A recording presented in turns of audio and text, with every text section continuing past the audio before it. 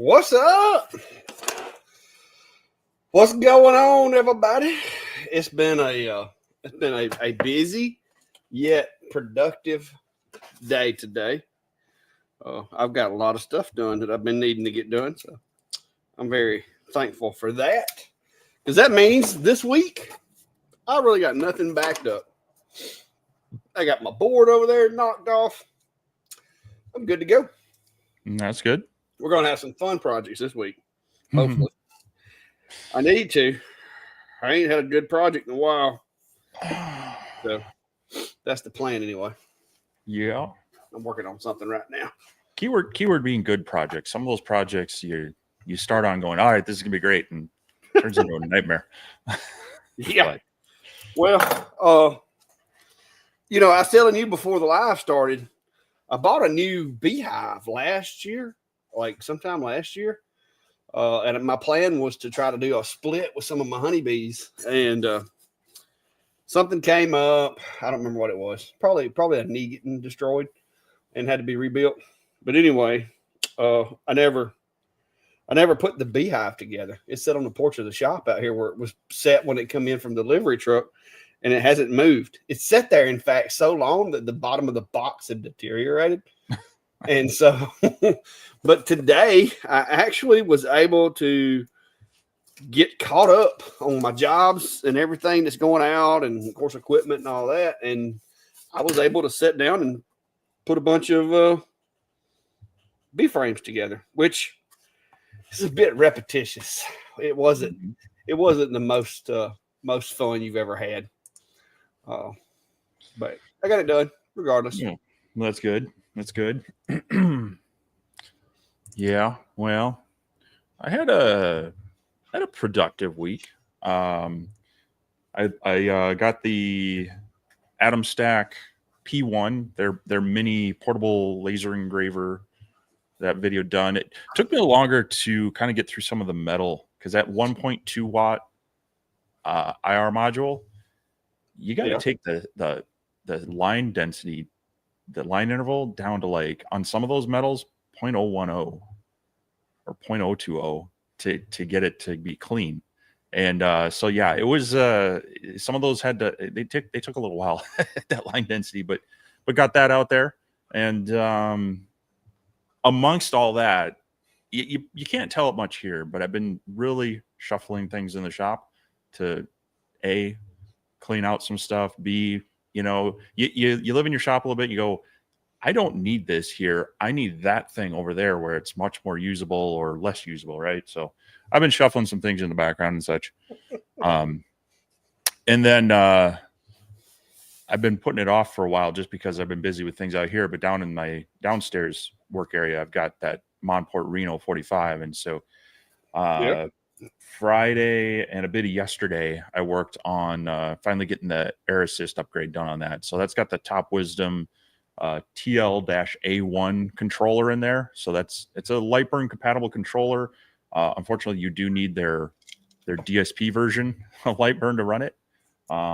But it does have some additional features in there, such as an Air Assist port. So I was able to put a 24-volt air valve on there, regulator. And the nice thing is that there was a hole that was almost a perfect fit for one of those 1/4-inch bulkhead fittings, the little push-in connectors. So I didn't destroy it in any way. I could reverse everything on this, take it back to factory stock. I didn't cut any wires or anything. I disconnected some wires, which were a little bit difficult. And so a little part of the video, I had to use my little friendly hand pointer here to, because my big mittens would just obstruct the view. But yeah, I haven't completely done a lot of testing on, like, higher pressure, lower pressure on certain things. And I was just using the same sheet of Baltic birch to try to have as equal of a test as possible. But I was seeing a good 10% or more increase in cut speed and a lot cleaner cuts. And so it's well worth it in my mind, especially if you already have an air compressor. The other nice thing is you can just use that setup, not put in a relay, but you can bypass the internal air pump and use an external one. So I had used, like, the Atom Stack / IKEA one. which then in looking for going through my history in Amazon to grab all the shopping part lists and whatnot, randomly came across a Weaver has that version of the air pumps, the 50 to 60 liter a minute ones. And actually, if you go to their site right now, it's on sale. It's normally like $90. It's like $60 right now. So if anyone's looking to upgrade just their non-automatic air pump, check that out. But anyway, did get that done and launched that video today. So that's nice. I'll be able to use that a little bit more with proper air assist and such. Everything else on that laser is working fine. So as I've said before, it's pretty good entry-level budget CO2. This is about the only thing I would want to upgrade on it. Now, I mean, obviously, I'd like a bigger size. They have the Reno 65, but as far as functionality and whatnot, it's not like the K40 or M40 where you really, it's thing after thing after thing to upgrade. So, yeah. I watched a video earlier of doing it, and it looked pretty straightforward. And I like the way that they did give you just enough little holes and places to put things that it wasn't that big of an ordeal.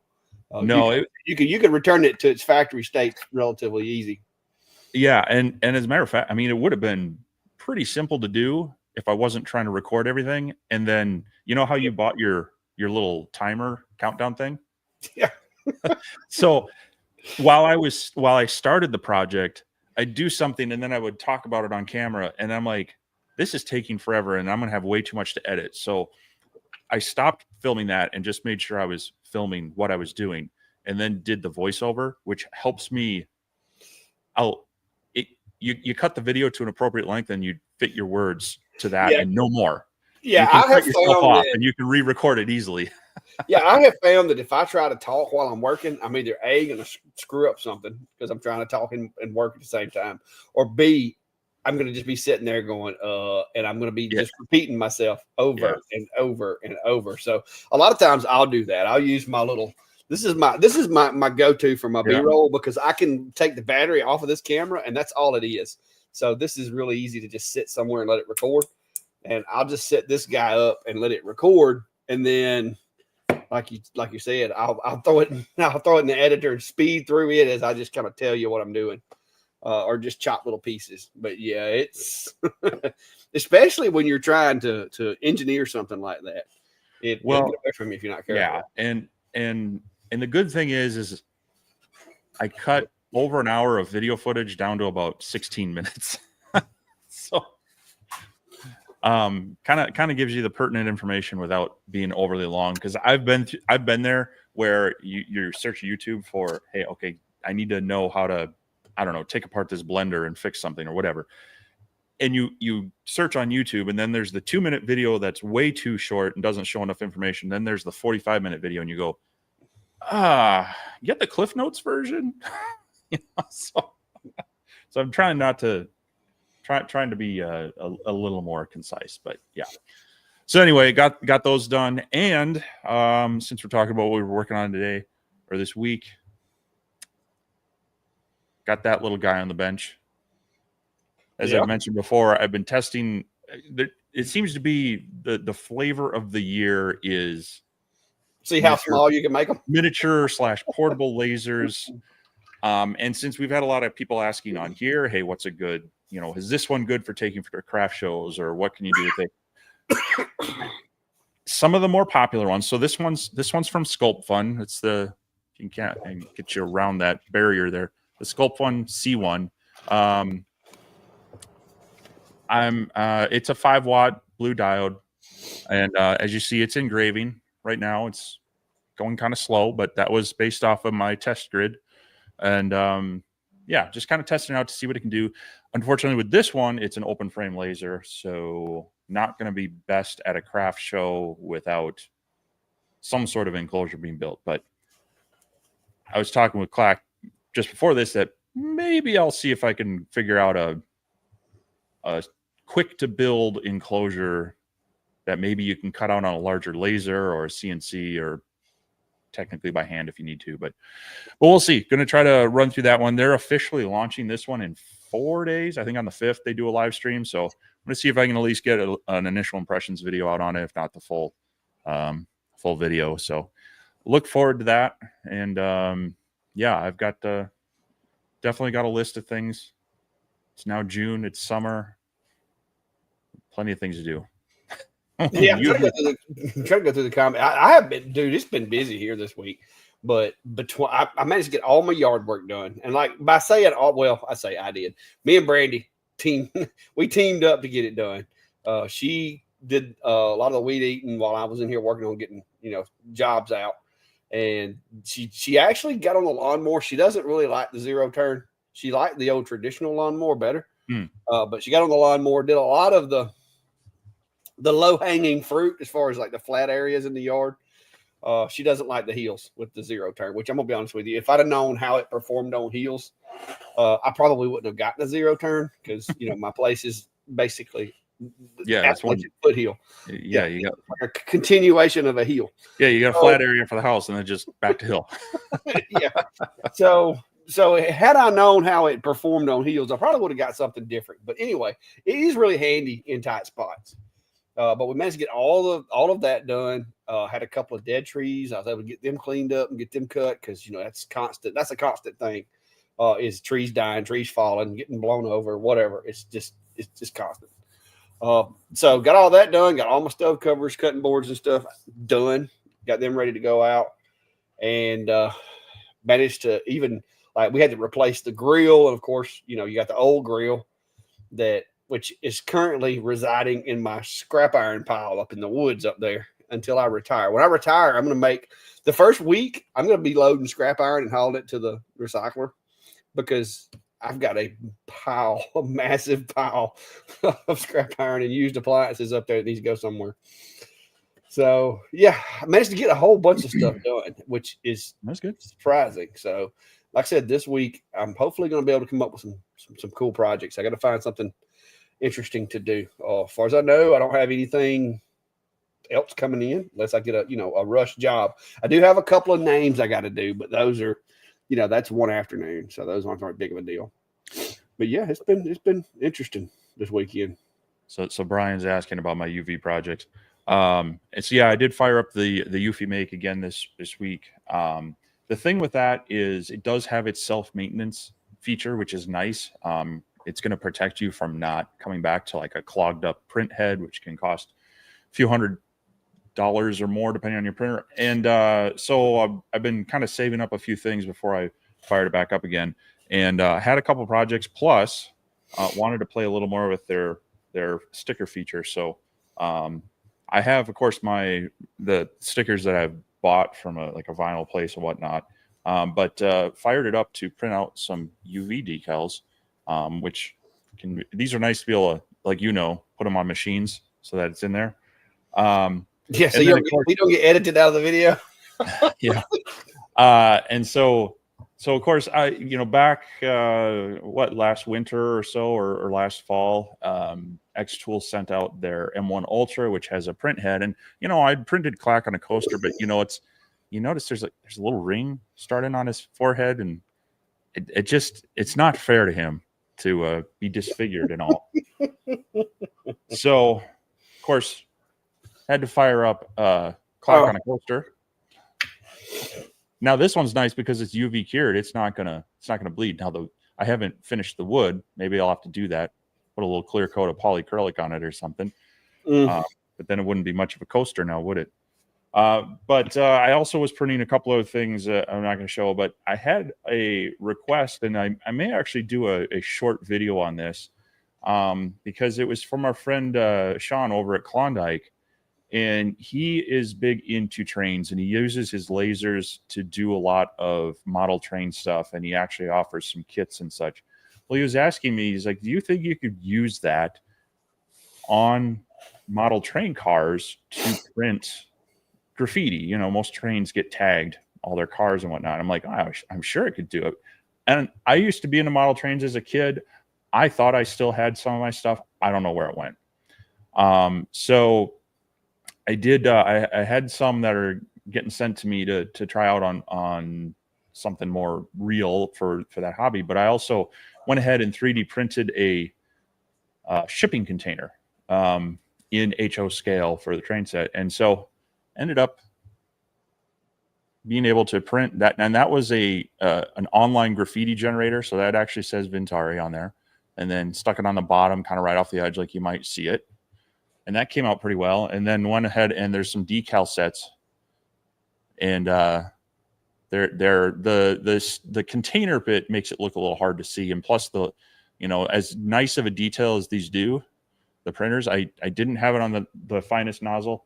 And so you do see the lines a little bit, but kind of getting the idea of what it could do. And so I have a couple of like legit ones that aren't going to be, the textured printed surface and such.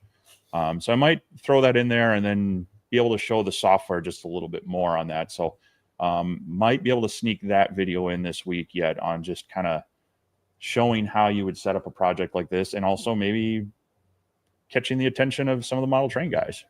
So, but yeah, that's a couple of things that I was playing around with, and hopefully more to come on that. I got so many things going on right now. It's hard to focus on just one piece of equipment. So Brian's asking, what are the crown things in chat? Yeah, I'm not. So, I see it now. so Okay. YouTube has created a new feature in live streams that you can, by your interactions in a live stream, so live chats and stickers and all that other stuff, you get points.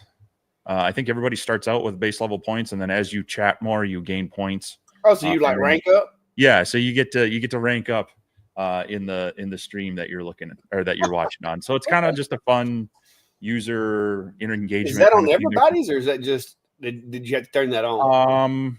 I don't know. I know it's appearing on mine. I know it was on I was watching Hobo yesterday. I think it was yesterday, and people were vying in there to get their crowns. But yeah.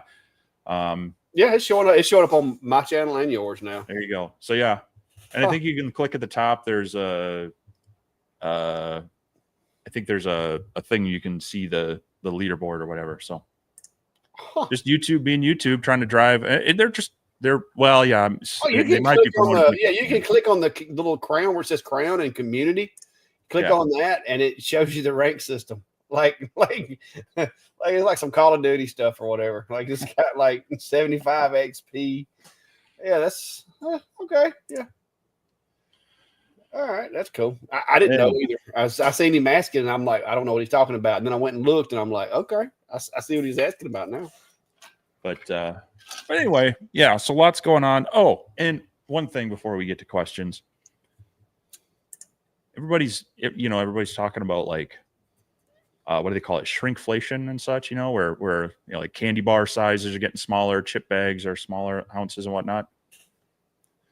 Anybody go to order a 5-gallon pail and they've gotten a little smaller?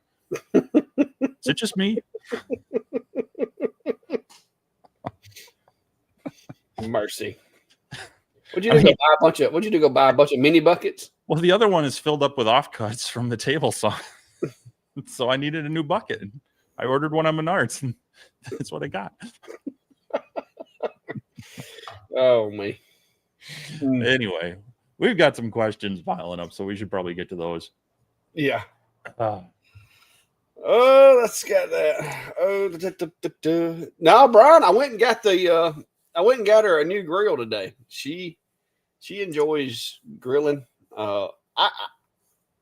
I probably will do more grilling after retirement, but she usually does most of the outdoor cooking and grilling, and like she'll get stuff out of the garden and like make all kinds of stuff. Like tonight we had steak, but that's just because I went and helped her get her new grill and put it together and all that today. So I tested a new grill on steak. Huh?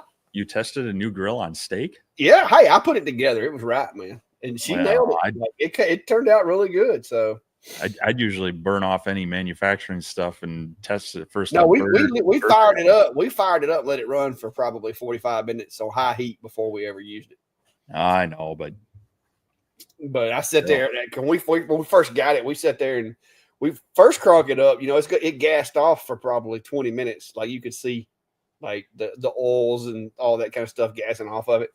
But after about 20 or 30 minutes, it got all all of the metal in there, the stainless steel patinaed and everything had that nice bronze look to it, and it was good to go then. But yeah, she cooked up some steaks. Now she was afraid she might have, overdone them, but they were just right. So cool. but yeah. All right. Well, I got to scroll back because I know there were a couple of questions. Brian's wanting to know if you have a video. He just released it. What, today, wasn't it, or yesterday? Yeah, it's it should be it's the latest video of my channel. I'll grab a link real quick though. Always appreciate people even watching it, even if it's not relevant to you. But I was watching it, listening to it, and I think I wound up watching like 4 or 5 of your videos. A couple of them I'd already seen because I was over there putting beehives together, and it just kept it just kept going. So it played the Reno, and then it played the what was the other one that it played? It was the downdraft thing. Yes, and then it bounced over to another machine review, but I was running an air nailer at the time, and I wasn't really paying attention. So anyway, drop that in the chat there, and yeah. So and this setup too, if you have a CO2 laser with that Top Wisdom controller, this will show you how to connect the relay to it as well. And then mounting was, like I said, I just uses some 3M, heavy duty double-sided adhesive tape to mount things so that I could reverse it if needed. But Brad says maybe a dumb question, but I'm trying to set up 2 layers at XCS. First blue light, second IR, but it seems every time the IR runs first. What am I doing wrong? I haven't ever tried that. Which laser? Well, I'm guessing if he's doing them like that, it's got to be a F1 or F1 Ultra. Right. Because if not, if not, there's some mechanical swapping involved. Right. But on the F1, don't you have to hit the macro button first to put it into IR mode? Otherwise, it defaults. Well, he's to the specifying in XCS here. So. Oh, that's right. Right. Keep forgetting I run that one in Lightburn all the time. That's a good question. I have not tried to do both in one job because usually the material I'm running favors one or the other, I guess. Well, you would. I don't know if it has a default, like where it defaults to IR first. The other thing is, XCS, I gotta load it up. They have their I'm trying to remember the term they use for it, but it's like they have their smart pathing or whatever. I wonder if that also sets up the order rather than you manually. And I think you can turn that off. I'm just trying to get loaded. Well, he did specify IR instead of fiber, so I'm guessing maybe it is the F1 he's talking about. So let me see if I can load my F1 profile. I haven't. Yeah, he's saying F1. Okay. I go all the way down to the last of the comments. I don't have that set up on here. New computer, haven't run that on. It's on my portable one. I've got it set up on here, but I don't have my machine in here with me. Oh. So let me see if I can undraw that. We'll set that to an engrave. He said he wanting to do IR first. Is that what he's doing, or wanting to do blue first? Blue light. Setting up 2 layers in XCS. First blue light, second IR. All right, so I'm going to send that to a different layer. Send that over to green. We'll do it engrave on that one and do IR. Just some random settings. All right, so I don't have my machine in here, so I don't know if it's going to matter if I send it. It's letting me set it up that way. Like I've got the first one up top set to the IR. It's set to output, and I've got the bottom one set up blue light. Wait a minute. He said blue first. Mm-hmm. Okay. I think that may be what he's talking about. Let's see here.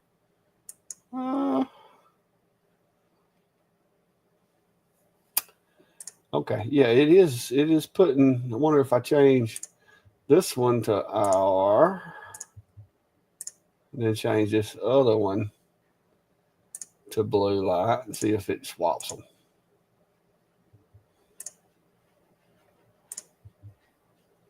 Okay, that it left it up top.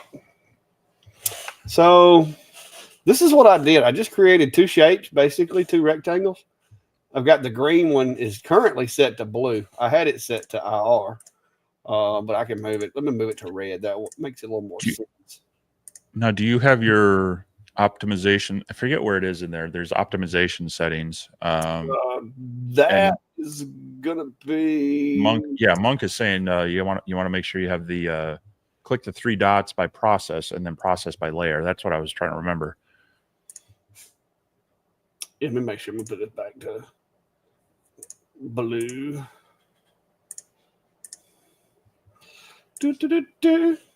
Yeah. User defining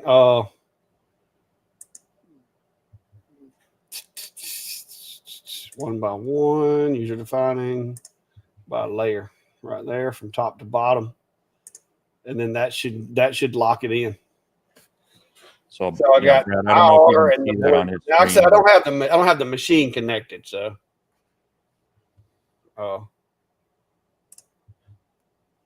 but that's actually staying there, so it's not rearranging them. But that should dictate when I hit the start button. Can you go full screen so we can see that better? Let's see. Do the present thing. Yeah, there you go. Share might screen. be hard to see. Sure. Boom. How about that right there? There we go. But like, I've got those two layers. The red, of course, is IR, and the blue is the blue light. You're saying that you want to do the blue first over the other one. So why is it okay? So if I change this one is set to IR right now, but if I change it to blue light, and I can change this one to IR. And then when you go down here to process, this is where they're talking about. You can go in and change it to user defining, or you can do auto planing, user defining. It's got one by one or all together. I'm gonna do one by one, and then I'm gonna tell it to do by layer right here. And I'm gonna tell it to start from the top and go to the bottom. Of course, if these were, let's say, like this one, if you wanted to do this one first, you wanted to do the blue first. If you had it work, whoa, wrong button. So like right here, because these aren't necessarily, one on top of others or whatever. I wonder if will it let me bring it to top? All right, just bring the front. Yes. See, like right here too. Bring the front. See, that's moving it. Whichever one's on top is going to be. Whichever one's on top is going to be on top over here. But if you didn't want to have to rearrange these, if you had it layered that way for some particular reason, then if you go down here, when you get to this by layer, you can actually tell it to start at the bottom and go to the top, or from the top and go to the bottom. So it really doesn't matter whether it's on the top or the bottom here. Now, of course, if you get into where, now we've got a third shape, and, we got this green layer here, and you want to do it. Now it gets a little more complicated because you got three objects, and I'm just going to put some random numbers in there. But this is where you would also use this arrange, and you can send it backwards. Like right now, this green is on the top. So if you wanted this blue layer to go first, and then the green, then the red, what you would do is select this green and hit arrange and send it backwards, just one layer, and now it's in the middle. If you click on it and arrange it and send it all the way to the back, that's going to make it the very last layer. So you can use that arrange to try to push them forward and backwards and all that good stuff. So yeah, that's a couple of different ways that you can adjust which one goes first or which one goes last. Because like right now, I've got mine set to start at the top and go to the bottom. So, and no more, it doesn't matter how many layers you have,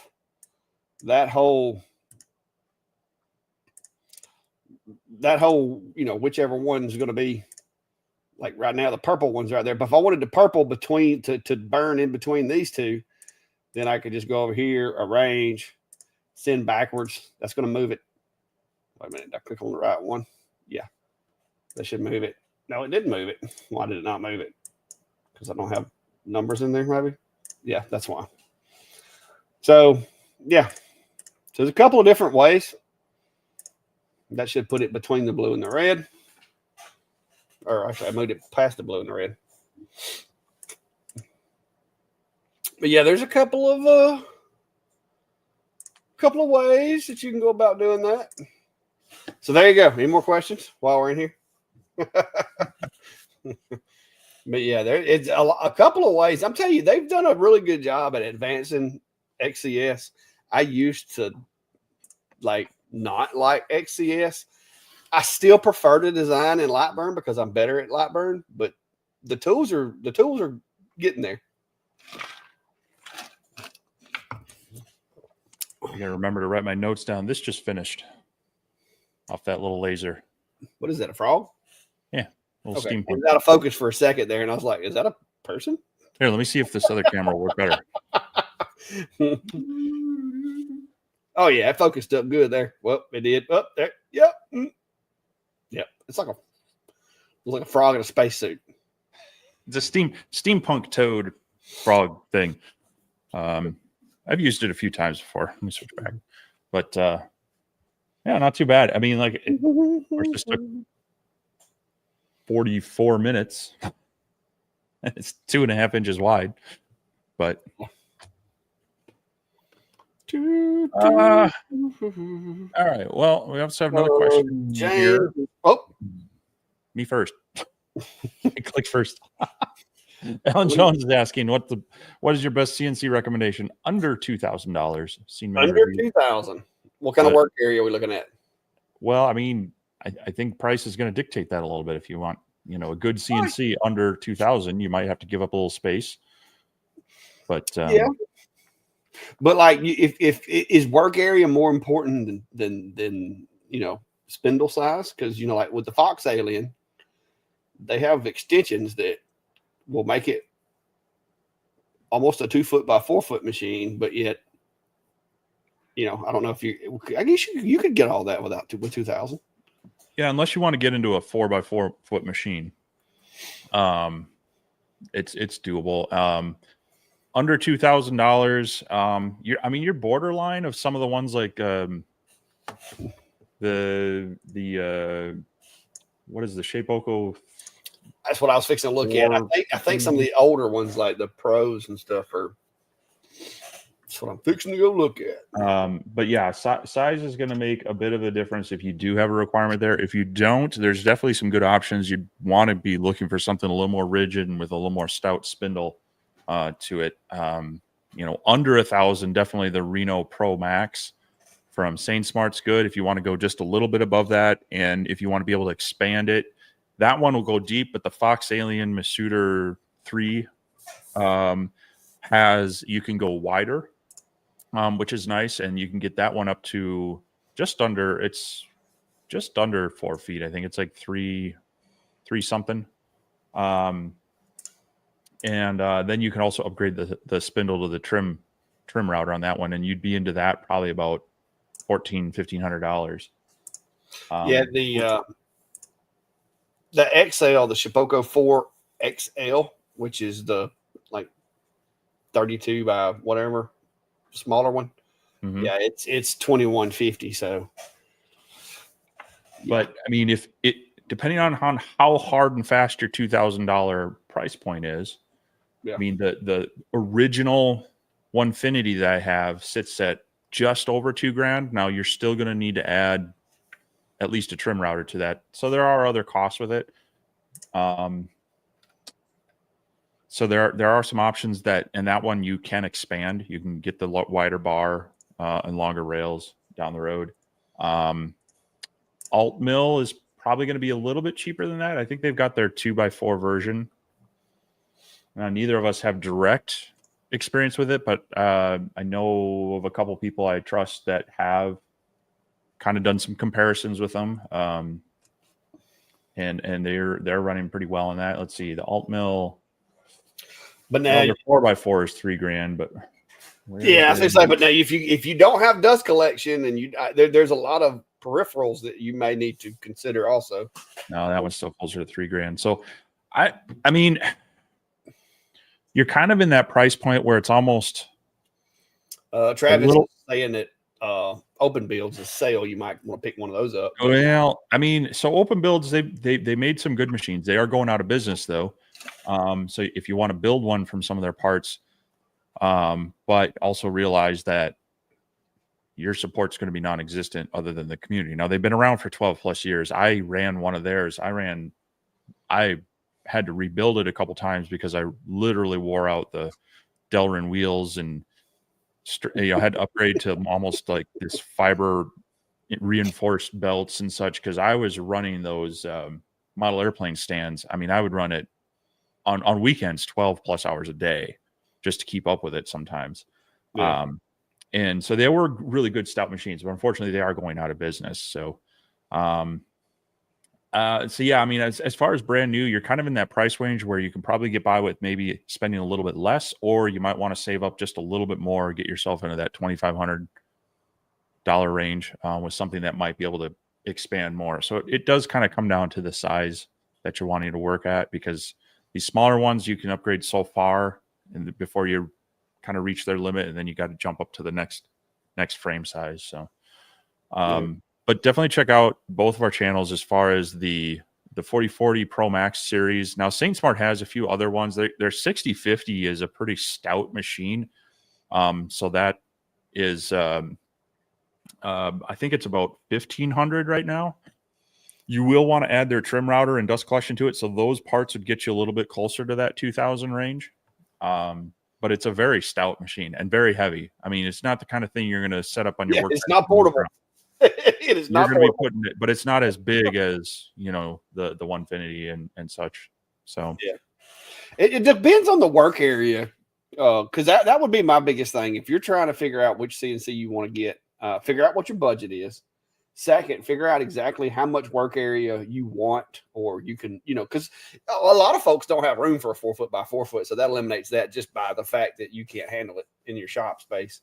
But figure out exactly, would you rather have a square like 16.5, 17-inch work area, or would you rather have like a 13-inch by, because there's different configurations, and these machines you can like the little 3020 that I was demoing the other day, you can double that to like a 600 by 200 or whatever.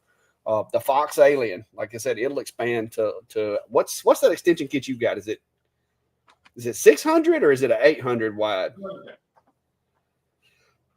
So there's a lot of different options, but like I said, the Fox Alien machines, me and Steve both have tested them. They work great.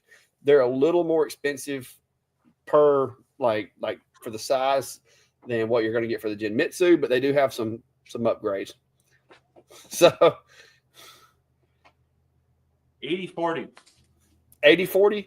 Yeah, so that would give you a 800 by 400 work area using the Fox Alien Masuda 3S with that extension. And I do like the way their extension is, because it goes sideways as opposed to being deep. Because on a CNC, sideways extensions are a lot better than deeper, because it's just hard to reach, you know, when you're trying to secure your materials and stuff. It's harder to reach out. Like with my 4 foot machine, I have to leave the sides open on that machine, because if I don't, I can't reach to clamp things without climbing up on top of it. So that's something that you have to concern yourself with a CNC, that you don't have to worry about necessarily with a laser, is being able to reach the back of your material, because you've got to secure it. If you don't, bad things happen. So yeah, and I'm going to be doing this upgrade just as soon as I can clear space to slightly extend the table I built for it. I didn't realize the math didn't work in my head when I built the table for the base one. So I'm going to have to put some wings on it or something to extend that out. Make you some extenders. Yeah. Make a leaf for your CNC table. Yeah, little dining room table leaf thing. Yeah. Yeah. What's up, Rich? How are you, sir? Good to see you. Good to see you, Rich. But yeah, it's a rabbit hole. But I would say the 6050 was, as far as speed and power, that 6050 had some speed and power, and that thing was built like a tank. Like Steve said, though, it is not by any way portable.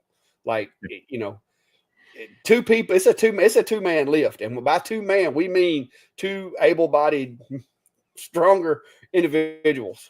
If because it's solid, but it doesn't give. I will say that they did a good job with rigidity on that one. Yeah. Now, if you want a decent benchtop CNC that you can maybe tuck under and move as needed, I would probably choose the 4040 over the Fox Alien, just because it's the Fox Alien has the module separate and extra long cable on there in case you want the extension.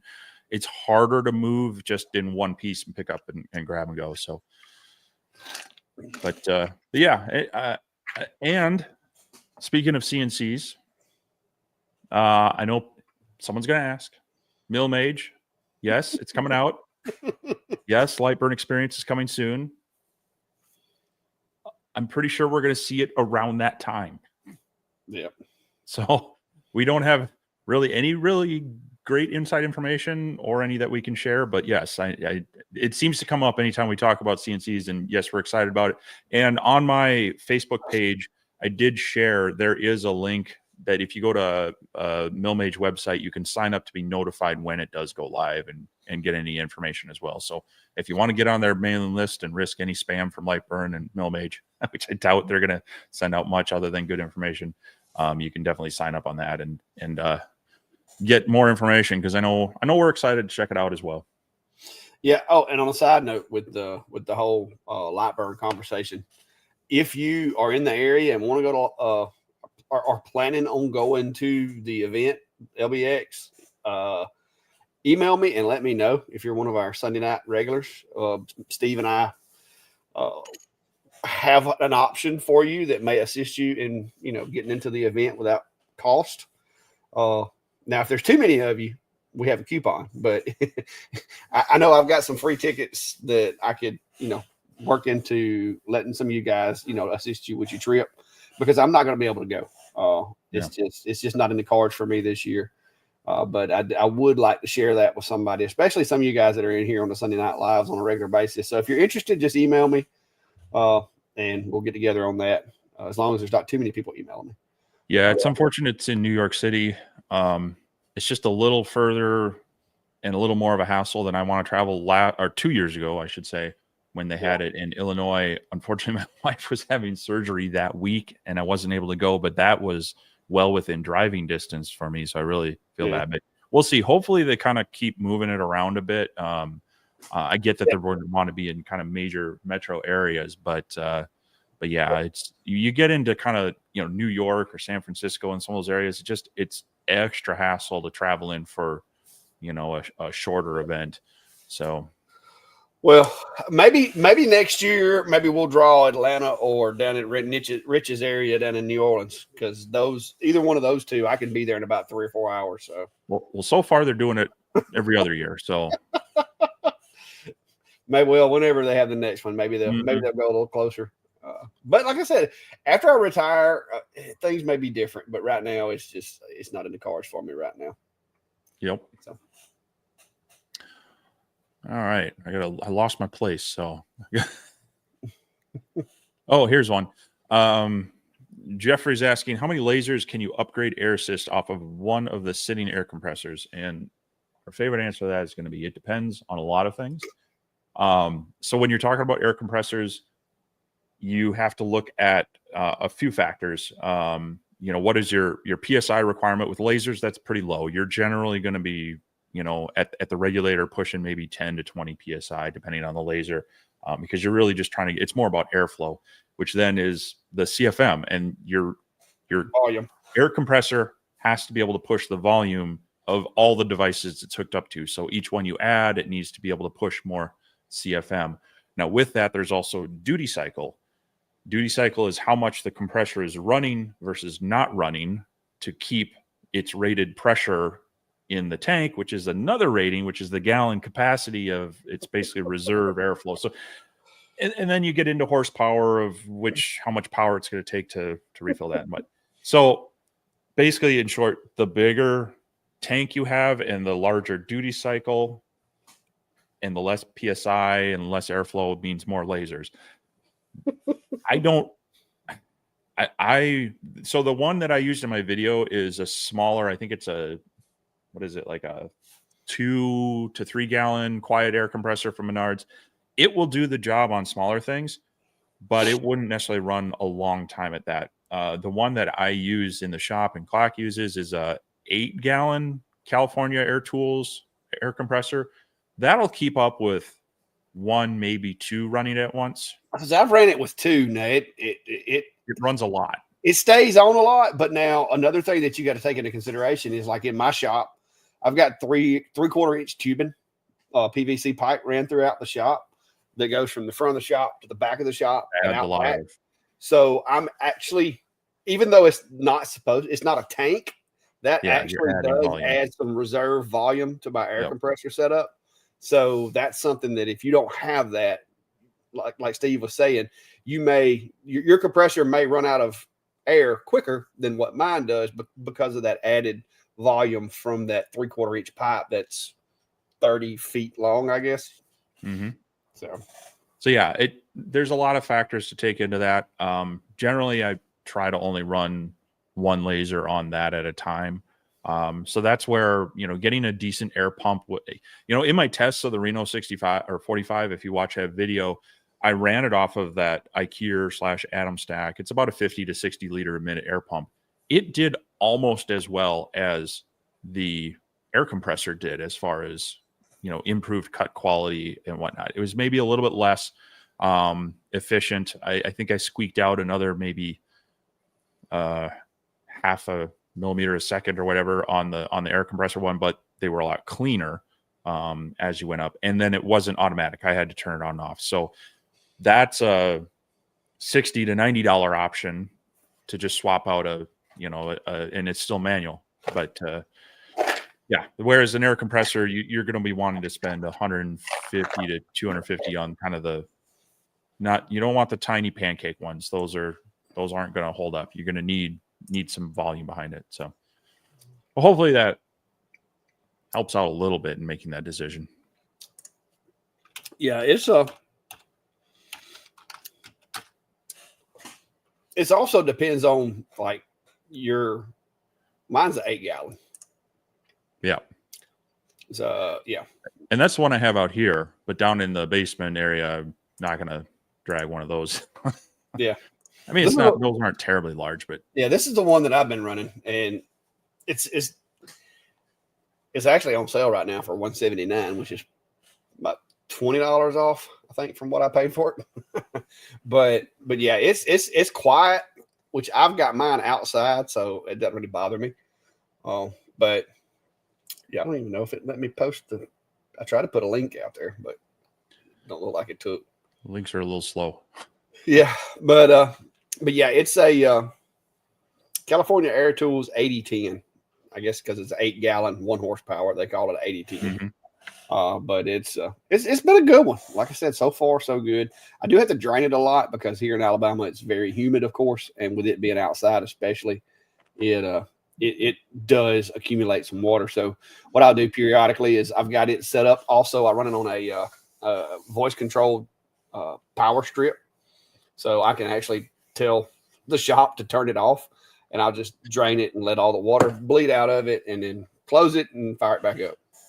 I will add that if you're running, and hopefully you are running, some sort of UPS on your laser, maybe don't plug the air compressor into it as well. Depending on the size of your UPS, anyway. It was complaining when it would cycle on and off. The UPS would start beeping at me. I say I don't have my air compressor on a UPS. But... Well, so I just plugged it in. I have my workbench down there, and I have you just had an empty outlet. I was like, because the other port was full, and I was like, why am I thought it was a laser beeping at first. I'm like, why am I hearing that beeping? And then I realized it was the UPS behind the laser. Yeah, that amp draw on that startup was probably a little more than it wanted. Yeah, I didn't like that. So, well, JR there at Trades Killer Anonymous, apparently yesterday was the last day of work. He's retired for 40 years. So congratulations, Congratulations. JR. and you decided to spend your second evening of retirement with us. We appreciate that. Well, I will be joining you here shortly. 122 days. If fall goes well, nothing weird changes. I may actually just be a career change. I may just quit doing what I'm doing now and get me another job. Who knows? But if I can get greeter. Hey, I'm not above it. That's what I told my wife. I said I need to go to work at Tractor Supply if I have to go back to work. That way I can get that employee discount, and that'll be a couple of $100 a month right there. Yeah, I keep trying to get one of my boys to go work at like Home Depot, Menards, Fleet Farm. I'm like, come on. Yeah. So, but yeah, I'm hoping I can make this work. I don't see why I can't. I mean, the laser stuff is, it's pretty constant, and that's kind of what I'm basing being able to pay my insurance and stuff, not off of the internet revenue, but off of my actual like physical product revenue, because I feel like that is hopefully the most stable part of what I'm doing is my actual laser business. So even without the internet stuff, I should be in good shape. So we'll see how it goes. All right. I think it's your turn to pick one. Well, I had one earlier. I know, and I ran right over it. Jeffrey saying, how about a Rolly and an Ohmtech sitting 3 feet apart? I've had pretty good luck with the Rolly's factory pump, unless yours like blew up on you. The Ohmtech, the Polar Plus I've got, it does pretty good on its own regular air. I try, if they've got a air system built in that works, I try to avoid screwing with them. But like the ones that me and Steve have been upgrading, if you're talking about the air assist, it's because their air assist is like subpar. It's not up to snuff. Yeah, I have to say the Lasermatic, the only thing that I modified on it was to take out the fan because I had my inline fan. Yeah. The air assist works really well on it, and even the cone keeps that cover lens super clean. I mean, I've checked it a few times, and it doesn't require really much cleaning at all. So I mean, they've done a really good design on that laser. It's hard to want to upgrade. I know some people want they change like where the outlet is. I was saying if I had to pick it apart, the only thing that I would criticize on it is I wish they'd have dropped the air exhaust down either just above the surface of the honeycomb or below the honeycomb. I was going to say, if it was bigger, I would want to have it below to keep that airflow moving away from the module. But yeah. But that was the only big thing. Now, I mean, like I said, you start getting into giant tumblers and it got a little, you had to take the bottom out and you had to do this, you had to do that. But now for small, regular size 20-ounce tumblers, I love the indexing system on the bottom of that machine. I just, like I said, there's a few things that you could have improved upon it, but for what you're getting, I was very happy with it. There's Greg. Greg, you got that shop built yet? I keep waiting for him to say, "Oh, I got my shop built," but so far, last time I saw, he was out there with painter's tape, marking off where he was gonna like put machines and stuff, trying to figure out how to wire everything, I guess. Because, if you think about it, if you put a big machine in the middle of a room that requires 220 volts, you kind of got to drop it from the ceiling if you don't want to be tripping over cords. Yeah. So now I saw one of his videos. Does he own now the forklift? Like, is that a requirement for a shop? Because I'm not sure I want to have a shop that big that I have to have a forklift for moving things around. Well, you could get one of my. You can get your little Beaver cart. You can get my little glorified hand trucks. They work great. I think you're missing the point. I don't want to have to. I think that forklift is there just because he's in doing construction. But see, I have a tractor with a front end loader on it with forks. So see, I just feel like it'll pick up over 1,000 pounds easy. I feel like if you have something that requires that equipment, such as you have the land, it requires that equipment. But that inherently creates more work. Oh, it does. Now you have to take care of the land. So. Yeah, it does. Like I said, but I without that tractor, dude, you know how long it would take me to clean up a pine tree, a 20-inch pine tree, if it fell in my yard, And I did not have that tractor, especially in lieu of recent back injuries, because the days of, manhandling a 4-foot piece of a log, those days are behind me. I don't do that anymore. It's too risky. You're just making my point for me, though. Yeah. So you can't maintain this without a tractor. There's too many trees. I would have to clear cut everything here to not be able to. That's the whole point, is that, yeah, it's great to have it, but now you got to maintain it. It's work. Yeah. Because I can remember back before I had a tractor, which I didn't have as many trees either, but I would have to cut like wagon wheels basically. And you talk about wearing yourself out with a chainsaw. You're cutting this tree into like 6-inch thick pieces of wagon wheels so you can pick them up and put them in a wheelbarrow and roll them to the edge of the yard. That was work. Mm-hmm. Now I just cut them in like 8 to 10 foot sections and pick them up with a tractor. Sure. Well, James is asking, did you clear coat the license plate you engraved for your patrol car? Oh, that was the comment. No, I left it like it was. I did not remove with the anodized, the way that I did it, it just bleaches it white. It doesn't remove the anodization. So it really, I didn't see where it needed to be covered. But matter of fact, I got another one over here.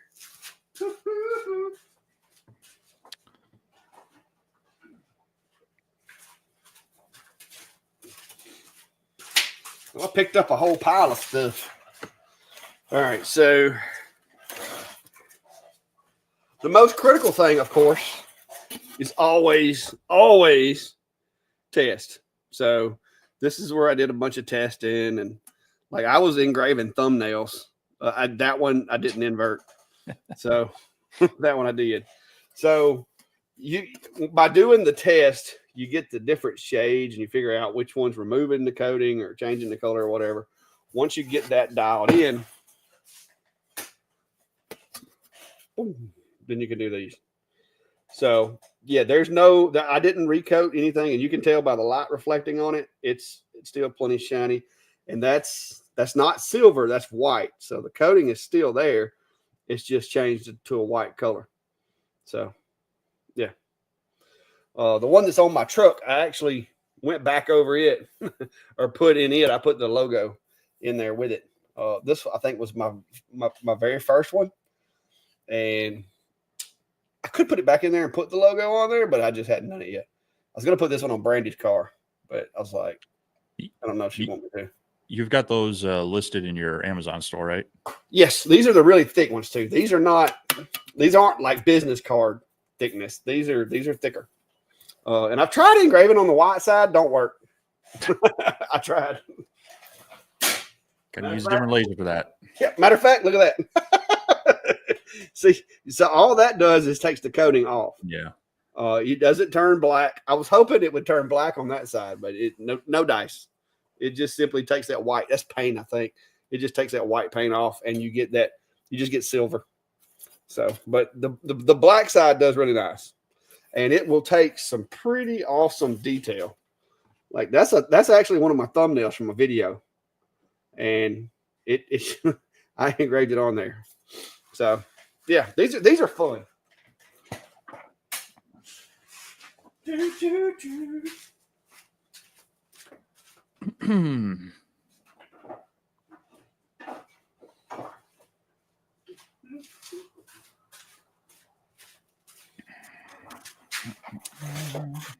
I need to, but I've got matter of fact, that one up there is the one that I made for my patrol vehicle. Of course, I took it off after Max passed away, but yeah, those are fun. All right, I'm gonna try to get a little closer to current time on the comments, but yeah, I saw where Ryan had a forklift for sale the other day. I'm guessing it had brakes because in the description that he put on Marketplace, it didn't say it didn't have brakes. I know there was a little problem with something with Ryan and forklifts and not having brakes, and I think he was trying to add a scoreboard to it or something. I don't know, but yeah.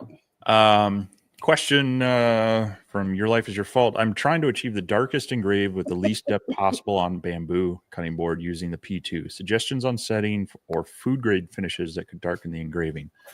Well, with bamboo, it's always going to be a little bit of playing, but your best thing with the P2 is you're going to want to adjust the focus. You're going to want to maybe bring it up about maybe 2 or 3 millimeters in the software, and that'll defocus the lens so it won't be quite as harsh, which means the spread out a little more. It's going to center a little bit better than it's going to go deep.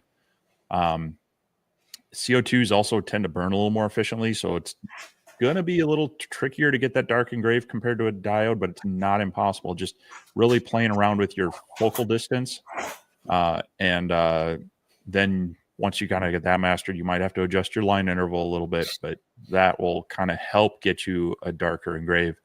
Finishes tend to more even out, so like you're going to be using like an oil, and that tends to more even out the two, so it's actually probably going to work against your favor if you want to remain food safe. Yeah. Got any other tips on that? Well, it's crazy that they brought that up today because, I was using the OhmTech to do my bamboo. Mm-hmm. Before that, I used the Lasermatic for a long time because the Lasermatic, it gives bamboo this awesome brown engrave. It's something to do with the frequency, the dot size. It's a good combination. Witchcraft. The We Creates, they actually do a really good job with bamboo as well as the Algo laser. They do exceptionally well with bamboo. Like Steve said, the problem with CO2s a lot of times is they will engrave it deep, but it won't color it. So with bamboo, you don't really want to go deep with it. You want to get dark, not necessarily deep. And so raising the focus does help because you get a little more burn and a little less efficiency in the engrave. So it doesn't remove as much material, but it kind of scorches it more and leaves that brown color. But the reason I was saying that, I used to use the OhmTech is I just set my P2 up over here, and those 3 cutting boards right there, the bamboo ones, I did on the P2. And I wasn't crazy about the way they turned out. They turned out okay. One of them I had to run twice because bamboo inherently has those little strips that aren't going to burn as well as the one right up next to it. And it's really noticeable. So I'm going to have to play with the settings and do some testing on bamboo with the P2 because I've never really used it a whole lot for bamboo. So I think I'll make a video out of that this week. That'll be because I got to do that anyway because I take orders for these bamboo cutting boards every week. And if this machine's going to stay up here and do these, then I need to test it. So we'll put that on the list of content for the week because I'd already, after doing these, the first one I did, it was a little light, but I ran it twice and got it right, and I just kept playing with the settings. And I was like, you know what, I need to really test this thing out. And it's kind of terrible because it cost me like $5 for a bamboo cutting board to really thoroughly test it. But in the end, it pays off because, like I said, I do 5 or 10 of these things a month. And so it helps. So we'll put that as a video, but I don't put anything on them. Bamboo, especially, it's not really going to soak anything in because it's more of a grass than a wood. So if you put anything on it, like the first time you wash it with hot water, it's gone. It's not going to stay. Yep. Norbert's asking, are all the blanks glossy black and with an X2 D120? Those were done, Norbert. Those were done with the IR module.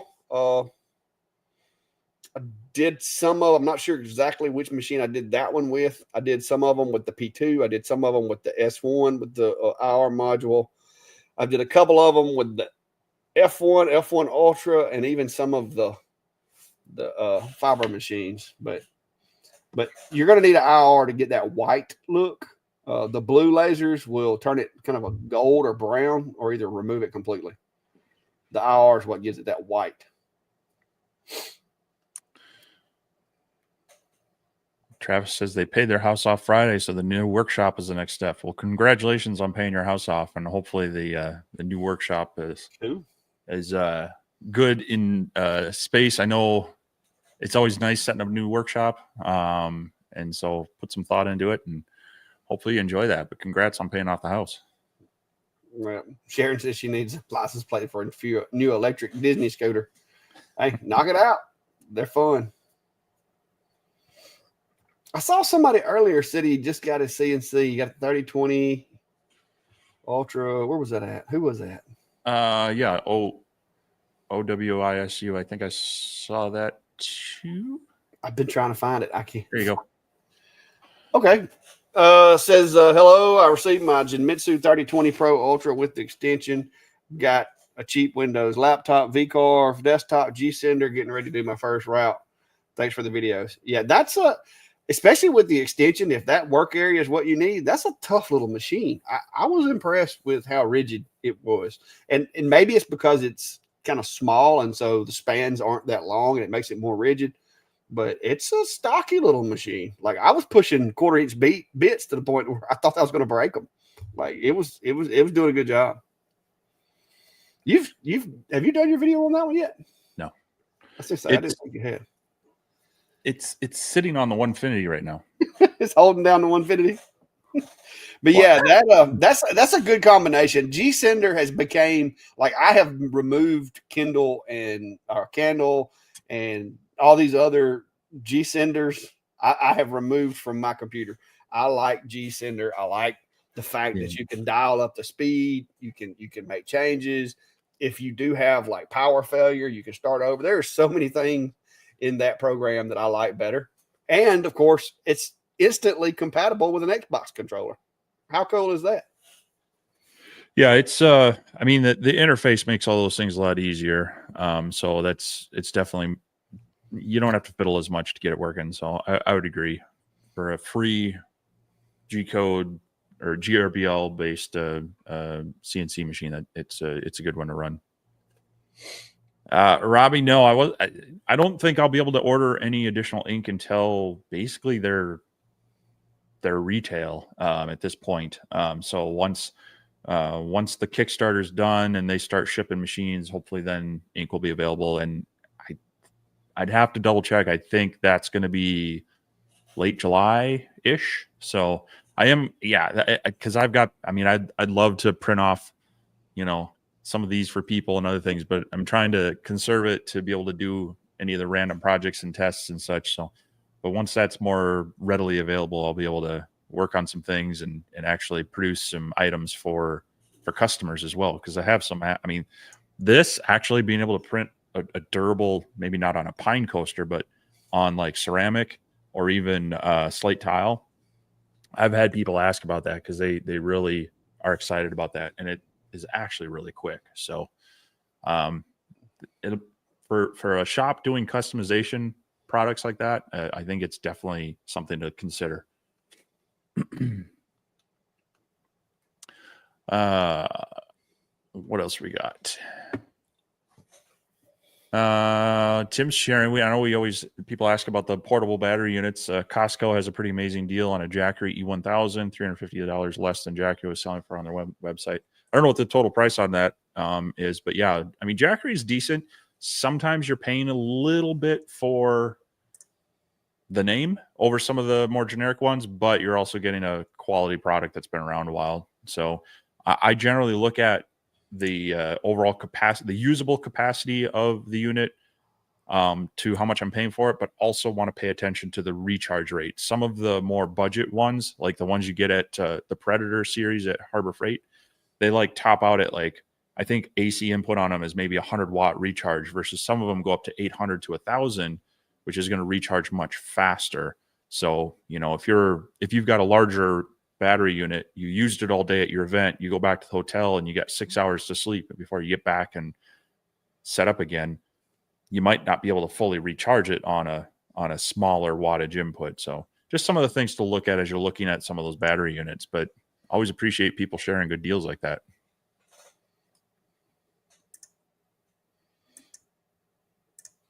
All right, I got something I want to show you. All right. There you go. That is why you gotta have bigger toys. But that right there, that log right there would be kind of hard because I think that one's like 20 foot long. That would be very challenging for me to pick up by myself. So see, yeah, I just avoid having the problem of needing to pick up the log.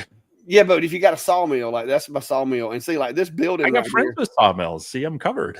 Yeah, which I haven't used a sawmill in so long. That's what me and Brandy was talking about the other day. It's like I don't want to get rid of it because I enjoy using it and everything. But man, it's not something I'm gonna be doing anytime soon because I stay so busy here lately. So I'm gonna keep it up there and keep it going until I get retired and see what kind of time I got left.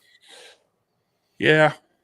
No, it's we've looked at property with it's outside town a bit, and I'd love to have a little more distance from my neighbors and have room to do things, but I start adding in all that extra maintenance and oh, now it does it does create problems.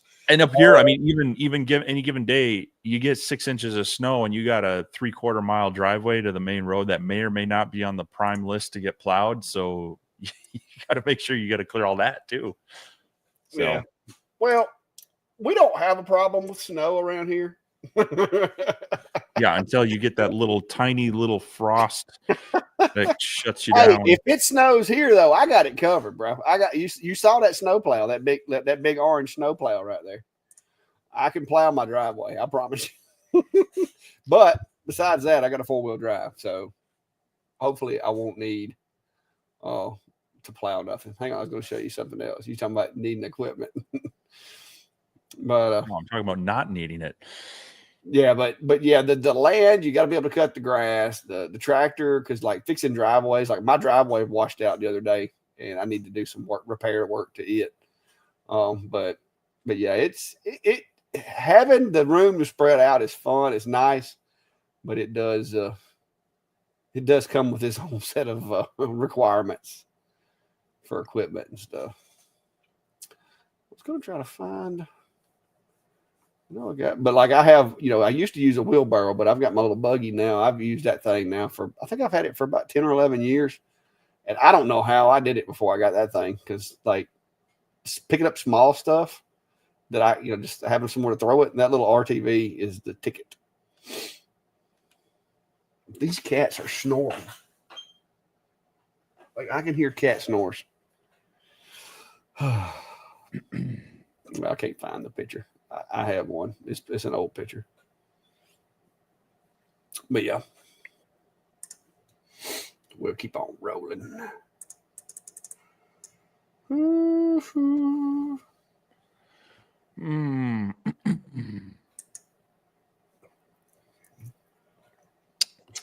And it has brakes. They just needed bleeding. A little spongy. Yeah. Oh, if you don't bleed them, that pedal don't do a whole lot. I was gonna say, you squishing the pedal, and it's just compressing air.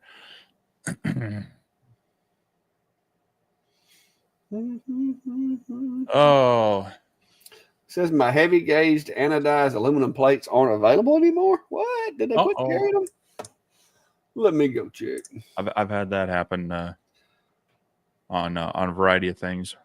But while you're looking for that, Scott says we both have to quit putting out videos he can't afford watching anymore. Hey, it's Steve. Steve does it to me. Like he's the worst one. What? No, it shows up. No, it does say currently unavailable. Oh, what the heck? You're just jealous you didn't get the Eufy printer.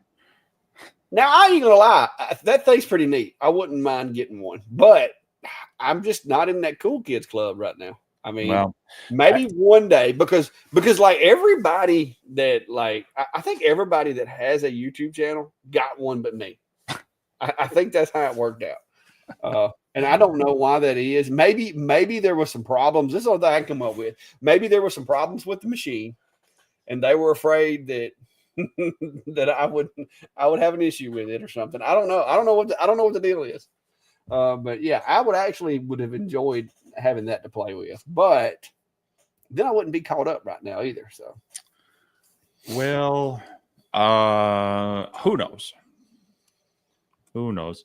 But I mean, I've told manufacturers this, because part of their sales pitch to us is they're like, oh, you can make all these commissions and whatnot. And I always tell them, like, listen, that is kind of bottom of the list for me as far as deciding to work with places, because for me, I I come from my grandmother, my mom, they were teachers. I work in education. To me, it's about educating people on being able to use their equipment or learn new techniques or not be afraid to do something. And also testing it out to kind of verify the claims of the manufacturers. You know, they send me a list of things like, here's all the features we want you to talk about. I said, those are the features I'm going to verify actually work and test. So for me, it's more of an educational thing. And I was always the kid who liked playing with electronics, and figuring out how things worked and such. And so it's that kind of feeds into me getting to look at these new things and figuring out what they can do and how they do it and such. So that's always my goal, is not to be a salesman, but to be more of kind of an informant of here's what this can do. Here's what you can expect out of it. Here's what my thoughts are working with typical materials in my shop. And if that helped you make a decision, great. But I never want people to feel like I'm pressuring them to buy anything or being too salesy on it. So if I am, especially the crews that are here every night, please let me know that, like, hey, you're be nice about it, but too much used car salesman there, kind Steve. of kick you under the table just a little bit and be like, hey man, yeah. And that's the way I am. And I'm gonna be honest with you. I think a lot of times, I think it hurts me and you a lot of times because we're not like, like, subscribe, follow, constantly, or, donate, give, buy this, buy that, buy this, buy that. Because, like, a lot of times, I'm going to be honest with you, like with that Monport Mega, if I was chasing commissions, I'd have been like, oh, it's a great machine, go buy it, because there was a lot of people that had their finger on the button ready to buy that thing. But I can't do that. I want to make content that helps people, and I want to be able to sleep at night knowing that, I didn't screw anybody over, whether on purpose or not. So it's to me, having this platform and having this outlet is a responsibility. I have a responsibility to do stuff and tell people, the truth. Like a company the other day that I've used their materials for months, and people keep asking me, hey, what material is that? And I'm like, oh, it's just some material I get, and I've been telling them, where I get it. So I reached out to the company and I'm like, hey, look, I keep telling people to come buy your stuff. Could I get like an affiliate account so that, when people ask me and I tell them, I could at least get like a little bone thrown my way, occasionally. Yeah. And so they send me the tax paperwork and all this. And then there's this contract attached with it. And I read the contract and it's like, by terms of this contract, I agree to create 3 videos a month and, mention this company in those videos. And I'm like, wait a minute. I didn't sign up to be your marketing guy. You're not paying me a monthly fee. All I want is when I use your materials in a video, I can have an affiliate link. And so I emailed the guy back. I'm like, hey, I think you messed up because there's this contract and y'all aren't sending me nothing. I'm spending, a couple of $100 a month with you guys.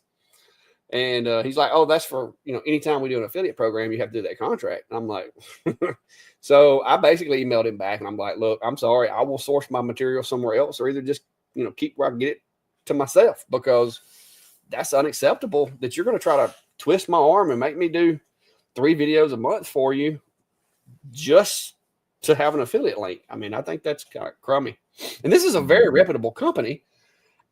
I think maybe I got like the newest guy on the sales team. So I'm hoping, because he said he'd go back and talk to a supervisor, but it's like, do you really think I'm going to commit to 3 videos a month just to have an affiliate commission? If you want 3 videos a month, you better be sending me like $500 worth of materials a month for free or something, Yeah. But yeah.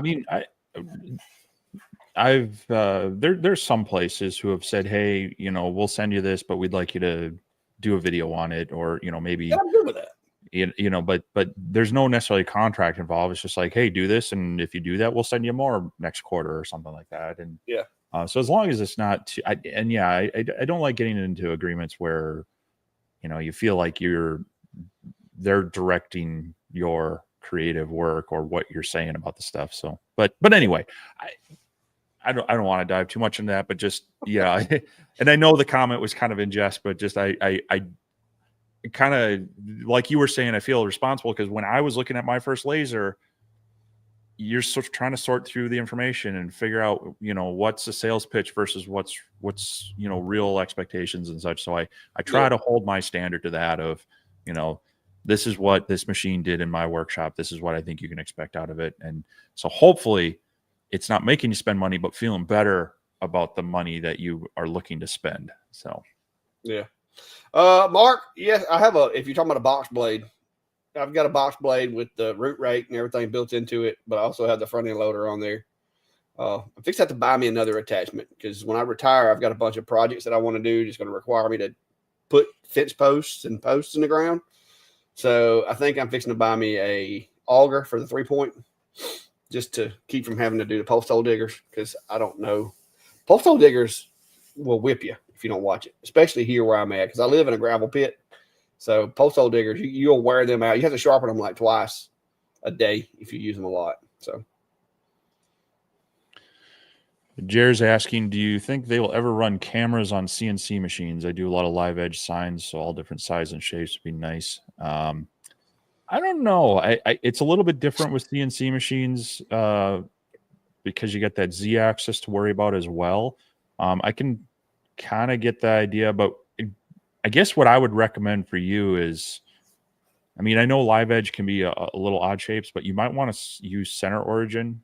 Find the center of your work area that you're going to engrave or work off of, and put your origin there so that at least that is centered to the general area of the live edge you want to work with. But yeah, I don't know. I feel like most CNC machines are a little more, they've come from a more industrial background, and so they're not quite as into some of the features that the hobby laser market has driven with Lightburn. Now with Milmage entering the market, who knows? Maybe they'll look at a camera plug-in for placement in origin. But yeah, it'll be interesting to see with what comes.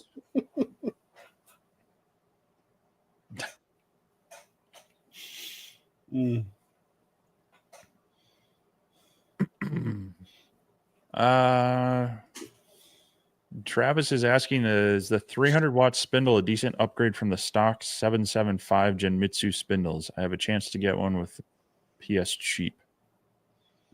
The 300 watt spindle? To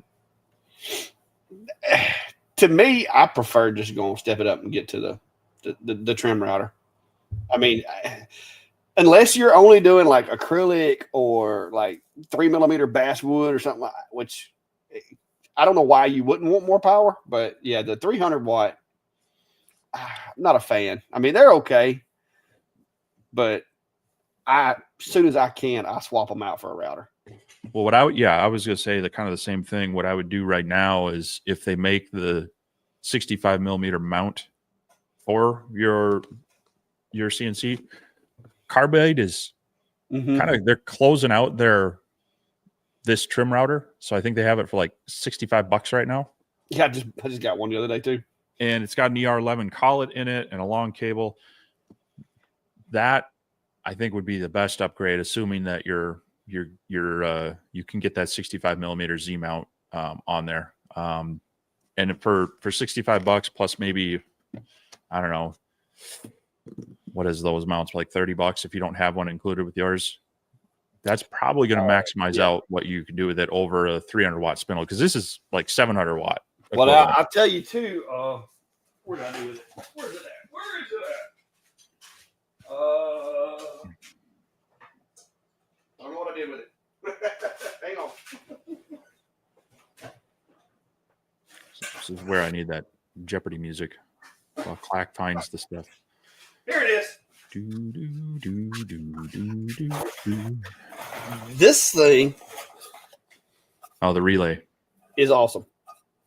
I got this with the 3020. And it works with other machines also, because you just basically it came with a bag full of cables for the different machines. And so you can the PWM wire from the machine, you just plug it into one of these ports here. It's got the input, PWM in or PWM out. So yeah, you just plug it into here, and whenever G code tells it to turn the router on, it does it. So it's pretty handy. And it's like 40 bucks, I think. But yeah. And that automation does help. And you can plug in your dust collection to that too. Yes. Both of these go hot. When the spindle comes on, both of these go hot. But so far it's worked really good. I've been using it with the 3020. I'm wanting to test it with the 4040 as well as the Fox Alien, but I hadn't got around to that yet. Been busy. Verl's asking, have either of us tried the Rolly UV module? You're talking the IR module, and I don't think either of us have. I don't. So I've had the IR module for the longer, and then I've had a lot of the smaller, some of the smaller lasers come with it. But most of my stuff with IR is on the Galvo style machines. I don't do a lot of bigger things. So like the tags that Clack was showing, can't use them up here because they require front and rear. Yeah. Unless it's the only thing you could put it on is single axle trailer under a certain size, because those have a lifetime tag that goes on the tongue. So then the tag for the plate isn't required on the back. So there's not a huge calling for those up here. And I haven't found necessarily another larger item I've felt the need to engrave. So I don't seek them out as much myself, just because of the time involved for a lot of those engravings. Well, my thing is with the IR modules is if I've got to do too much disassembly and reassembly of a machine, I'm never going to use it because it's just going to be too aggravating. Yeah. The S1 is fairly simple to swap the module out. I still wish they'd come up with a better way than having to have a screwdriver to get it loose, but whatever. Machines like the ASMR P3, to where it's both modules in one, and the Atom Stack Craft, where it's both modules in one. I feel like those, it's just easier because you just hit a button or flip a switch and you can use it. When you start having to like take parts off your machine and then put parts back on it, one thing that concerns me is with a machine, especially unscrewing screws, putting them back in, unplugging plugs, plugging them back in. Too much of that is not going to be a good thing for, wear and tear on those, especially plugs. Those little tiny wires where they solder them into those connections, it's a matter of time before something's going to break if you do it too many times. So me personally, I stay away from the ones that you have to do like a module swap per se. Like I said, I've got the S1 and it's as simple as it gets.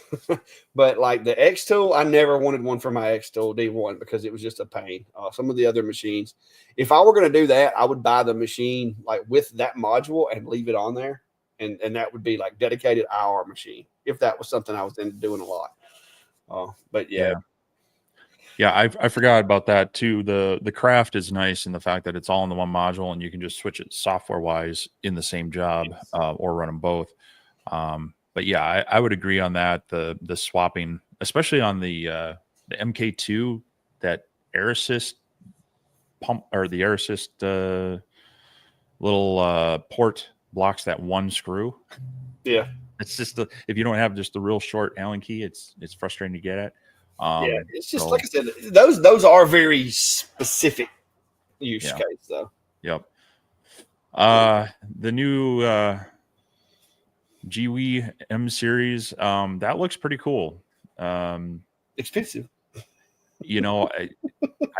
That is one I feel like if I was into it, I would be taking a serious look at.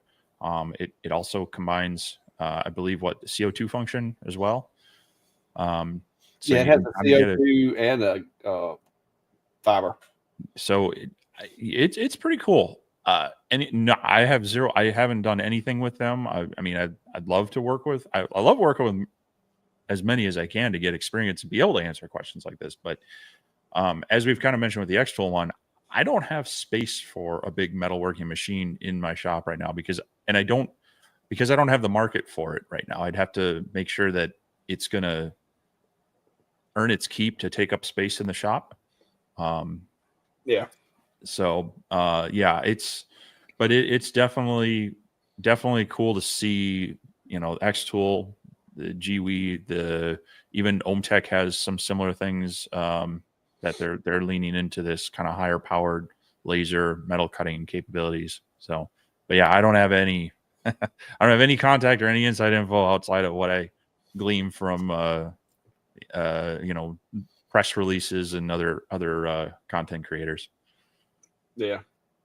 Yeah, it looks neat. And if I was into metalworking, that might be something I would look into. But like you said, I'm not into metalworking, and until I could kind of put my finger on the pulse of that market and know whether I could make my money back, I wouldn't be. That's a lot of money. You know what I mean? That's a lot of money to throw at something on a whim that I might can make money with it. Because just because I have a good business model with the other lasers and stuff that works for me, doesn't mean I can, get my foot in that market around here. So yeah, that's kind of a, if I had a welding shop to where people brought me things to be made out of metal on a regular basis, and I was going to add that to my welding shop, then yeah, probably if I was doing plasma cutting and, needed something to cut thinner, more precise cuts or whatever, then yeah, I'd probably lean into it. But I just don't know that I could support right now. It would be just a big expense for me, and I don't see a path to recouping my money. So, yep. Alex is asking, what are your thoughts on the Acel laser coming out? So if people aren't familiar with that, it's a gantry Galvo hybrid, similar to the Rolly Automation Galvomatic. But the Acel laser, they're talking about having MOPA features and possibly some higher power. And then I think out of the box, they're also touting, what was it, 3D? The ability basically it's an active tracking type Z-axis. And I will say, I think I think Rolly's heading in a similar direction. I don't know, which one, but so I mean, again, kind of like the metal cutting machines, this is kind of a new direction for lasers. It's exciting to see. Acel lasers they're new. Brand new. And they very, very carefully handpicked a couple of influencers to help promote their Kickstarter. My concern with it is we haven't seen enough. We haven't seen enough kind of under the hood as far as show me it working with Lightburn, or show me more of the software driving it. Show me more cutting capabilities of it. Because if you're going to be a hybrid, I want to see both function well. Otherwise, you get into that, you have a multi-tool device that doesn't do either one as well as the standalone version. So I would have my reservations on backing that one, just because it being a new company and not seeing enough independent kind of reviews on it. Eufy did, I mean, other than they protected themselves by not sending one to Clack, they sent a ton of these out. And so if you can't find enough information on that printer, you've got something really niche that you're looking to do. And but they've been very open at letting us, put information out there and test and take feedback to see what they can do. And on the back end, they I'm not a big Discord fan, but they have started up a Discord, and I've been in it. Their developers and their engineers are talking with the testers and the content creators, saying, okay, please try this, and what do you think of this, and who would want to work with these kind of things, what do you think about this direction? So they are taking feedback and such, and I think we've seen that from Lasermatic as well. They're very customer service oriented, and I feel they're going to get their delivery out sooner than Acel. I'm not saying Acel's bad. I'm not saying they're not going to deliver on what they're saying, but they're new. We haven't seen how they have handled a deployment. We haven't seen them produce a product. We haven't seen them support a product. So if it were me and my money, unless I'm willing to gamble it on maybe getting something really cool for a cheap price, I'm going to wait until it gets in the hands of more people. Yeah. Like I said, they may turn out to be the latest thing the greatest thing since sliced bread. But like Steve said, I mean, they're doing a Kickstarter, which means that they're trying to get capital up for the build. It is a brand new company, as far as I know. Not saying it's a bad company. I mean, every company was a new company at one point. But sometimes reputation and experience in the market and stuff like that, it comes in handy. So yeah, it's it's a new thing. It's a new direction. I like some of the innovation, and you guys know that I love it when folks innovate, when they start trying to do things with lasers that it's not the same old thing. I love that, because that's what's going to drive all of us to having nicer, better machines, is that battle constantly back and forth. Now, it sucks in a way, because you buy the latest, greatest machine today, and then 6 months from now, some new technology comes out, and you're like, oh, if I'd only waited. I mean, that part of it is kind of bad, because with CNCs have gotten to where there's not really a lot of great, like, big innovations lately. I mean, the mechanics, the electronics and stuff with CNCs is pretty much the same as it has been for the past 2 or 3 years.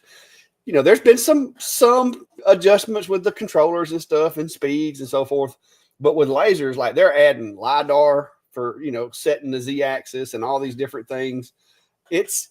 And now you've got this machine that has an active, like, it's basically scanning the material as it's engraving and adjusting itself, which that's kind of like those cars that drive themselves. That's a really great feature until it don't work. You know what I mean? Because you imagine a speed of that thing moving around, if it fails to adjust up high enough, and let's say there's a real thin piece of material sticking up that maybe the LiDAR didn't catch, and it just, wow. I mean, that's cool, but you also, when you innovate like that, you're also opening yourself up to new points of failure for the machine, which is, that's the cost of doing business. That's the cost of having the cool things. So I'm anxious to see it. I want to see it. I want to see the new Rolly machine. I think that's a great innovation, especially from a smaller company like Rolly, to devote the time and engineering and everything to do that. I think that's cool. And then this Excel laser company, like I said, I saw what you guys saw. I don't know if I would like to see somebody sit down at the machine using the software, design a file with a piece of material and send it without because I'm not saying that they did like run this job 20 30 times to make sure it worked, but without that way, I know that that's not a specifically designed file that was like, took time after time after time to get it right. You know what I mean? I like to be able to see it like real time, but we'll see. I'm looking forward to it. Like I said, I think that I'm looking forward to those great innovations in lasers in my first year of retirement, and I hope they keep me busy with constant innovations, because I enjoy it. It's fun. Oh, look there. Tim said he watches because we're real. Well, I'm real. Sometimes I wonder if Steve isn't like AI created. You got me. Part of Skynet. Maybe he's like part of the Matrix. Mr. Anderson. Well, tell you what, I'm going to do something real here, but I'm going to ask something first. Uh-oh. Now, we've got a good group of people in here now. I'm showing about 178 or so between all of our channels. Over on my YouTube channel, I'm sitting 3 shy of hitting 21K. 3 shy. Oh, I'm hoping there's 3 of you in here. I'm hoping there's 3 of you in here that are watching Clack that can kind of hop over to my channel real quick. You think I got? No. Hit that subscribe button for me. But here's what I'm going to do for you. No matter what, we're not gonna put a requirement on this or not. I've been telling you I've been cleaning out my shop lately. Well, I came across a box that it was tucked under one of my benches. I was like, what is that? What is in this box? Oh. And so I had to open it up, but I wasn't quite sure what was in it. And so this is the box, and it's all new in box. Well, lo and behold, I have one of these light burn cameras that that's just like the yeah, it's like it's the same as the Atom Stack one that both Clack and I did reviews on a couple years ago. I don't need this. I don't need this box in my shop. So I'm going to go ahead and do a giveaway on that. So if you want to enter, type in #camera. Clack, if you want to hit up maybe a banner for that real quick. Are you going to do the roll? It's set up. I just know, so just do #camera in any of our channels, and we will let this run for a good 10 minutes or so. Make sure everybody can get entered, and I want to give this away. I want to get it out of my shop. I'll ship this out to you. So, just something. Thank everyone for hanging out with us. This is a decent camera. The only caveat to this is you do need to make sure that you get these tightened down real well, or you can take it out of this mount, put it in your enclosure. But it does work pretty well in Lightburn. So go ahead and hit us up with. I think I need to shorten that. I thought I put spaces in there. It's not adding my spaces. All right. I'm just going to give the guy a simple task. What does he do? Well, I was trying to put a little more information in there, but it's not wanting to. Anyway, I figured you all have been here supporting us for a while, and I'd love to give it away to someone here. So go ahead and enter that. We'll do that drawing in just a little bit, but wanted to get it out there before the end. I know some people have to kind of knock off before our 2-hour cutoff time. So yeah, get that. There you go. There's your keyword right there. Keyword #camera. I mean, that's pretty simple. I was going to put it in there like how much it was worth and all that, but it just kept it was trying to pack it together, and I was like, never mind, because I put like 10 spaces in there, but it didn't. Yep. I guess I could have made it a ticker.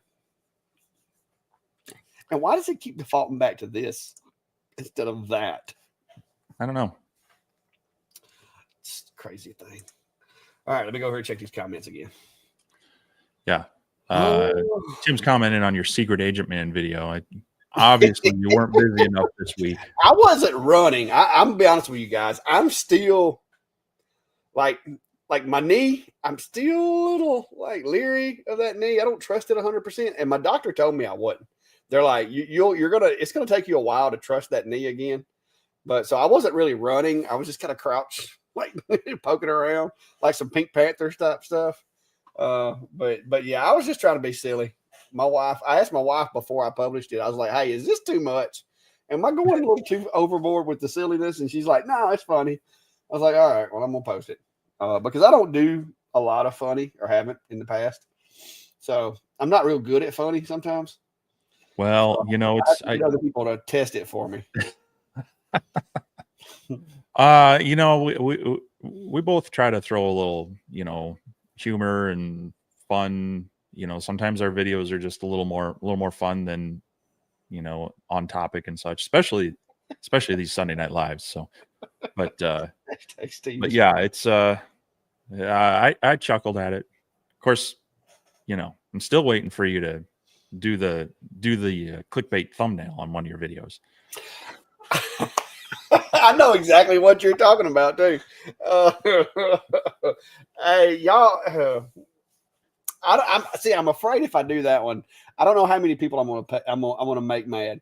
I may actually make more people angry at me than I do people go, that's funny because it's funny, but it's also based on true story. So yeah. No, I haven't yet, Robbie. I did get my new propeller in today. When I bought the boat, it had some dings in the propeller. I ran it a couple of times before I busted my knee up last year with the propeller on there that way. But I didn't want to run it too much because if you know anything about boats, if the propeller's out of balance real bad, it'll wear the bearings and the seals and everything out on the propeller and can cause worse problems. So I got it delivered today. So I'm ready. I got my tag. I got everything. Everything's ready to go. I just got to get a day to do it. And this weekend, I was able to get a lot of my to-do list done. So it's looking promising for the next few weeks.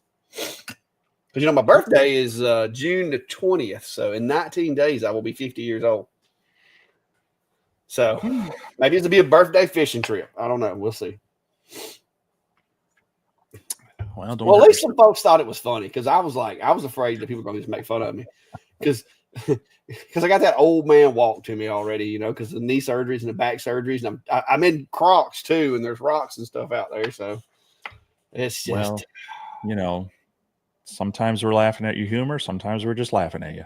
yeah. Norbert says I'm a puppy. I don't know. I don't feel it, Norbert. The last couple of years have been a little rough. So Nancy's asking, what are your opinions between the Hurricane versus the X-Tool P2S? Well, for me, I only have the original P2.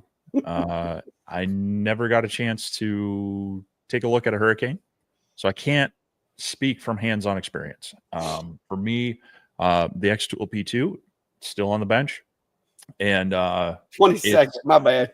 I said the 20th, didn't I? it's the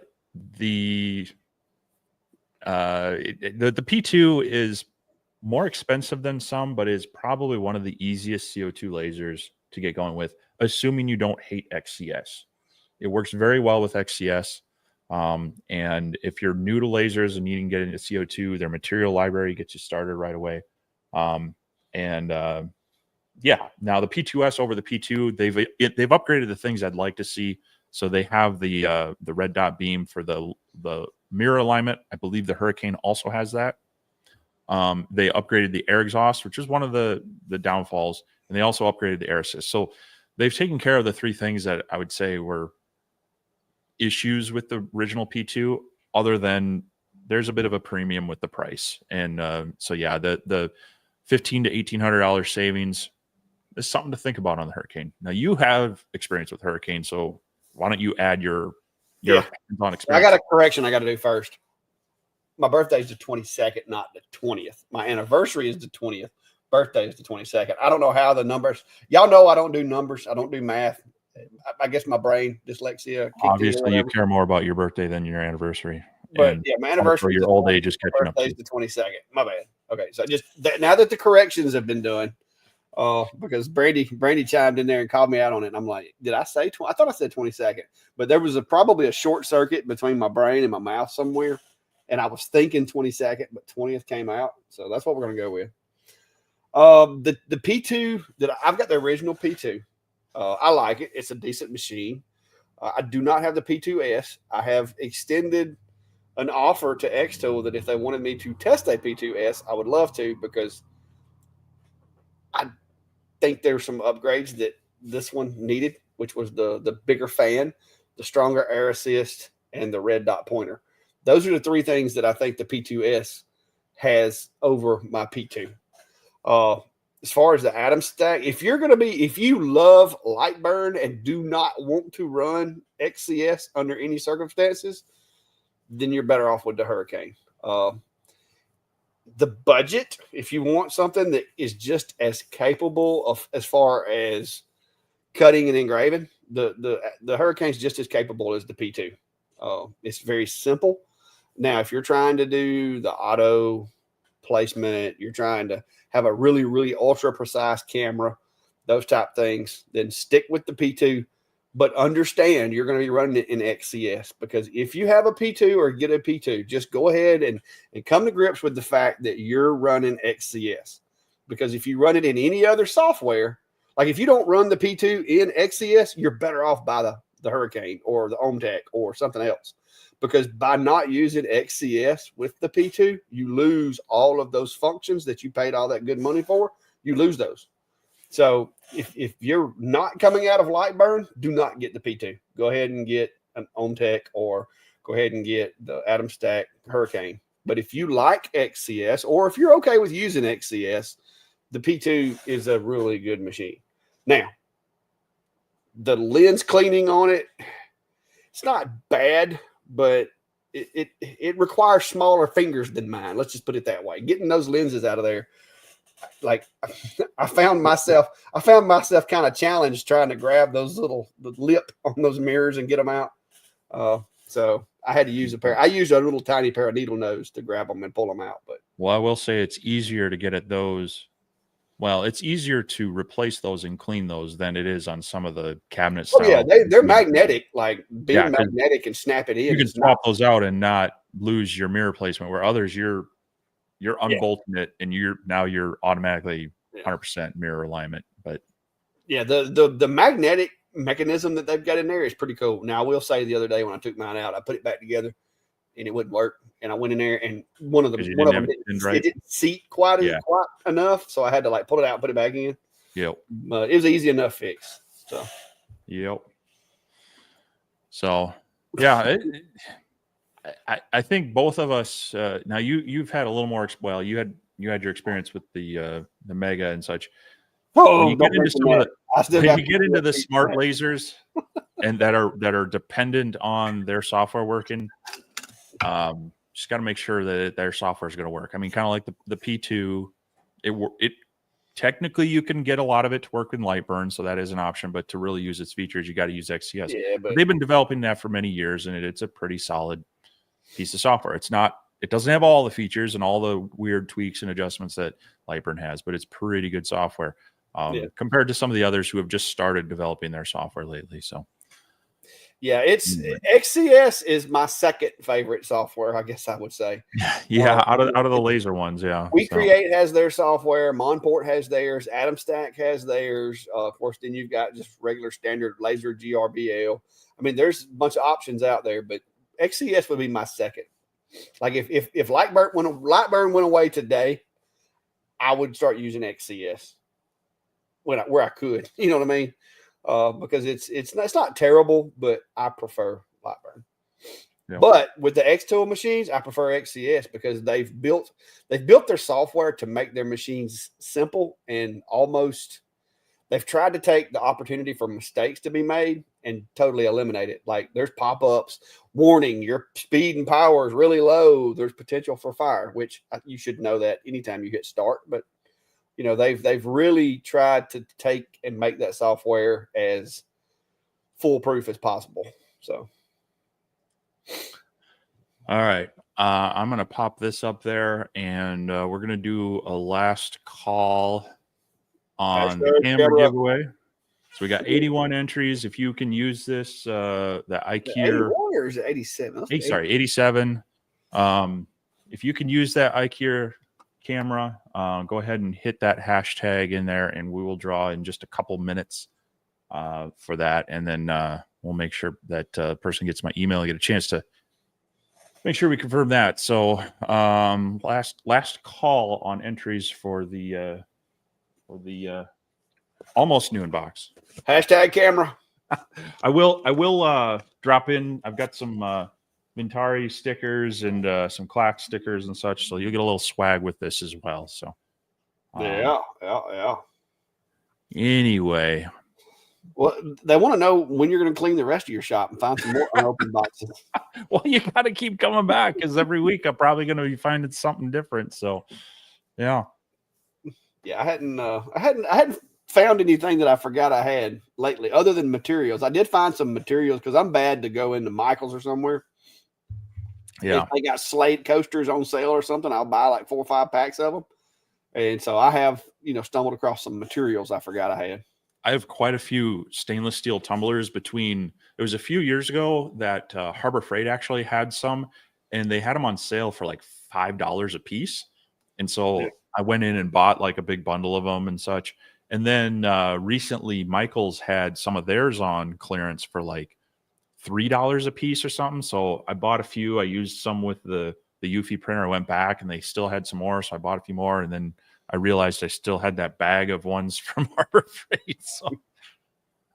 So yeah, I have a few of those. But anyway, we're going to draw this in about 30 seconds. So final call for the camera.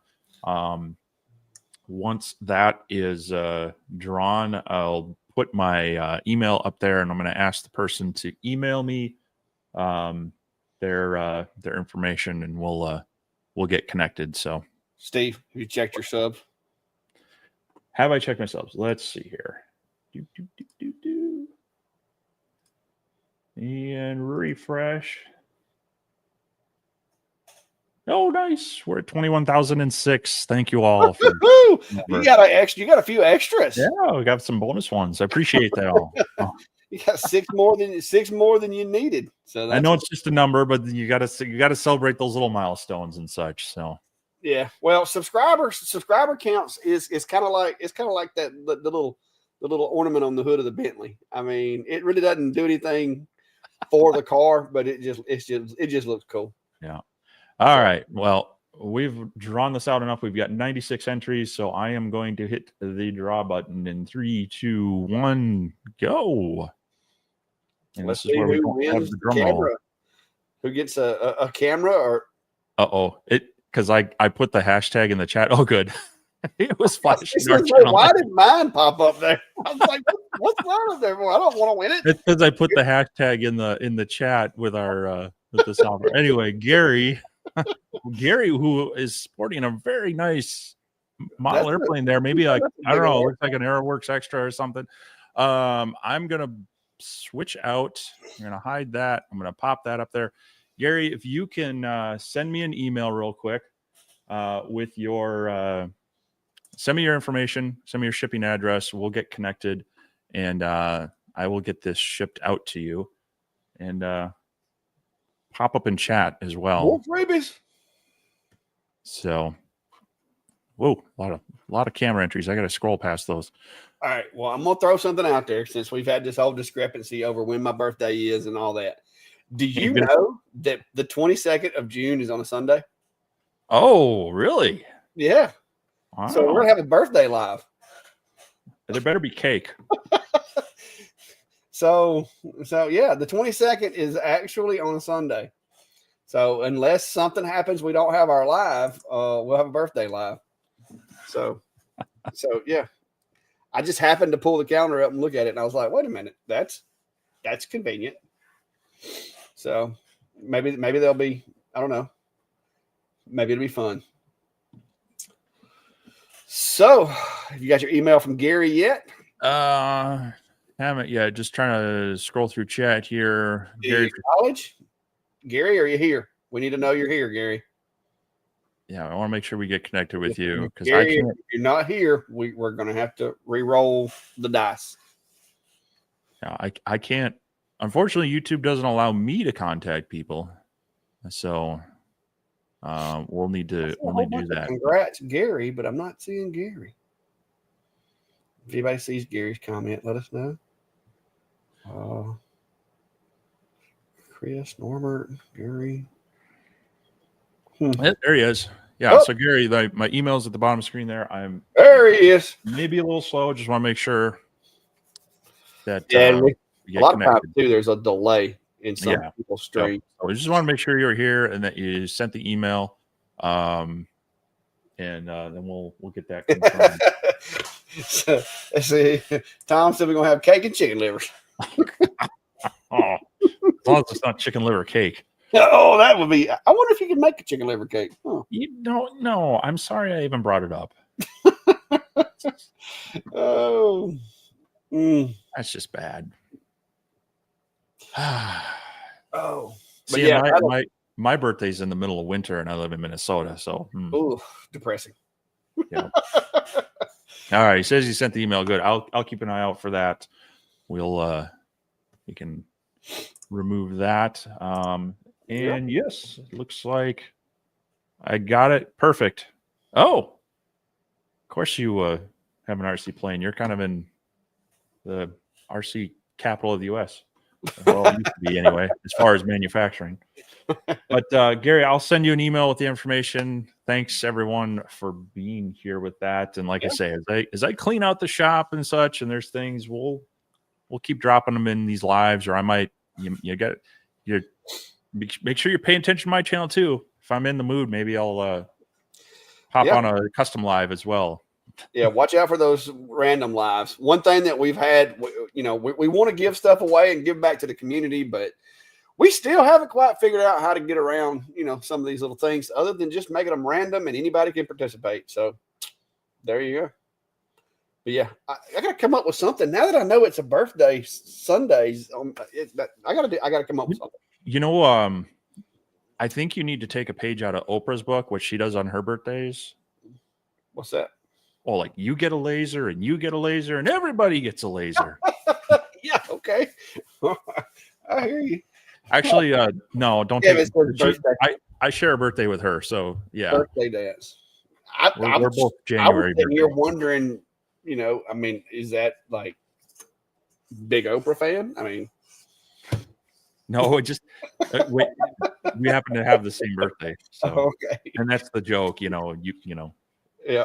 She on her show she would always Well, hand I out. mean, if you want to do that for my birthday, Steve, I will let you, and I'm sure everybody would appreciate it. Now I will say those little what's that little machine that you're over there testing? I don't know that that's going to suffice. That one? Yeah, I don't know that that's going to suffice for what everybody wants. Yeah, well, We'll see. But it's officially 2 hours into our live. Guys, I appreciate everybody showing up. Hopefully,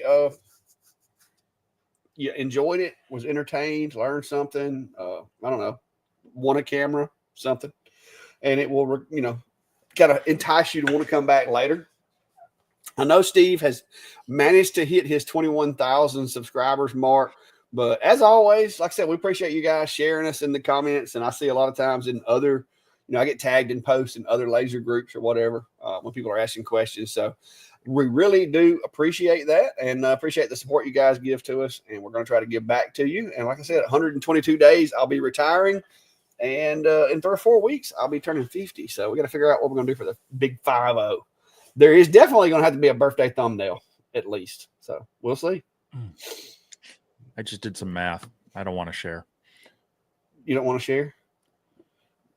On when you'll be 50? No, well, no, more retirement. Oh, yeah. You got to quit doing that math. It depresses you when you do it. Yeah, it is. So, all right, guys. Yeah. So, to you, Steve. To you. All right. Well, everyone, thanks for stopping by. Thanks for sharing part of your Sunday with us. Like I said, we've been ramping up some of the videos again. So be sure you're checking out our channels. Always appreciate the quick comments and the likes and the shares. That's just as good as, anything else as far as supporting us. That's one of the best ways you can support us. So always appreciate that. And just the good community you are. So it makes it fun to come back here on Sunday nights and hang out with you all. So we'll be back here next week, and we'll see what we've done. Yeah. Thank you, guys. See you. We're gonna play that little exit video now.